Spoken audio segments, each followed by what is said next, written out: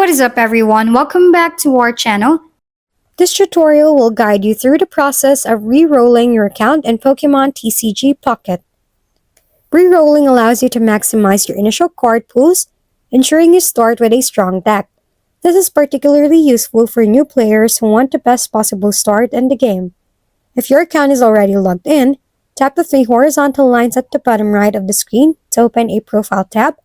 While you are in the Profile tab, tap Settings. While we are in the Settings tab, tap the Account tab. In the Account tab, tap Delete Save Date.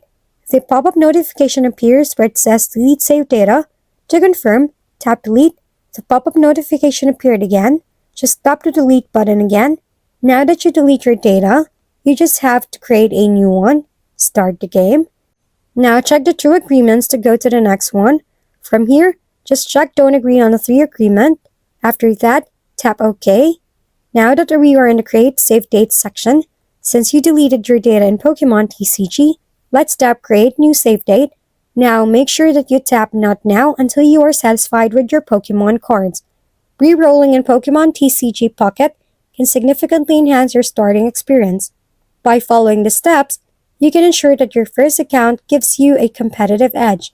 Once you have satisfactory pulls, dive into gameplay and start building your deck. Happy gaming! If we've been helpful, kindly give us a thumbs up and don't forget to hit the subscribe and bell button for more contents. For any questions and suggestions, comment down below.